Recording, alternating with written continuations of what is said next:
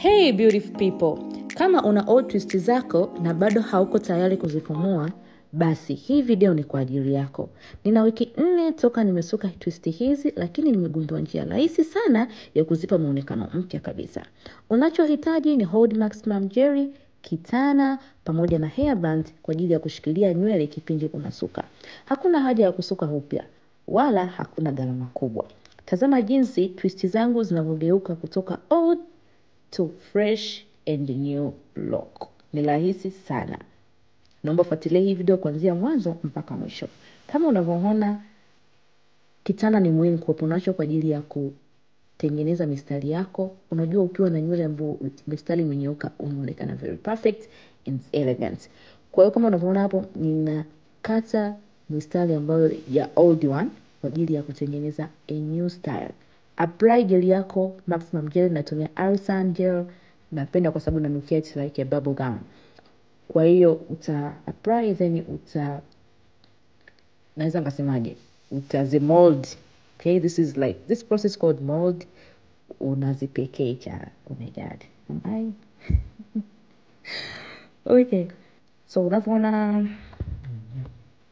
let's put the picture. Bwana mtajua wenyewe. Just I will show you the video. You can comment below na kuniambia hii process inaitwaje.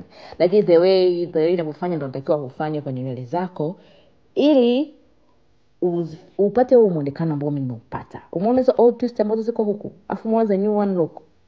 Hivyo ndio unatakiwa kufanya. Na hizi zinadumu ndani ya wiki 2. Kwa hiyo don't afraid of that. Sawa? So, nachukua tena nywele nyingine tena na kuonyesha kipole pole ili uweze kuona kwa makini na uweze kujua the way ninavyofanya. Kamera yangu hapo ndo natakiwa. Kwa hiyo utachukua old maximum gel yako, kuna za dread na kuna hii pia, utachagua unataka. Ndio mimi huwa natumia dread ni.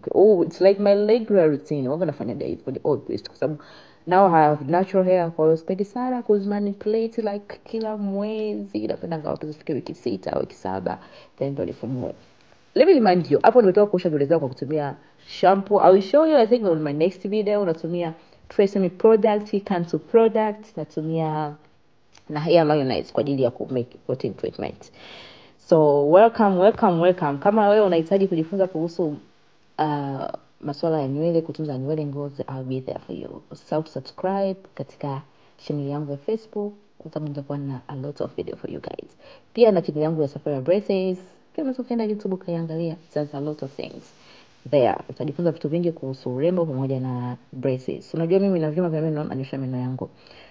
Sasa ni video najionyesha zewe ninavyofanya, hivyo ndio unatakiwa ufanye na utaonekana vizuri kabisa. So unaona, lakini kama kuna kitu labda hujaelewa utaniambia kwenye inbox kwa ajili ya kukuelekeza zaidi. So hizo ndo zilikuwa zimebakia. Then boom! Look at me now. Nadhani mmeniona I'm so perfect, so good. Kwa hiyo itakuwezesha wewe kukaa ndani ya wiki hata 2. Mimi nikaanza wiki 2 then after that naweza nikazi undo, nikaosha, nikatwist tena. So bye.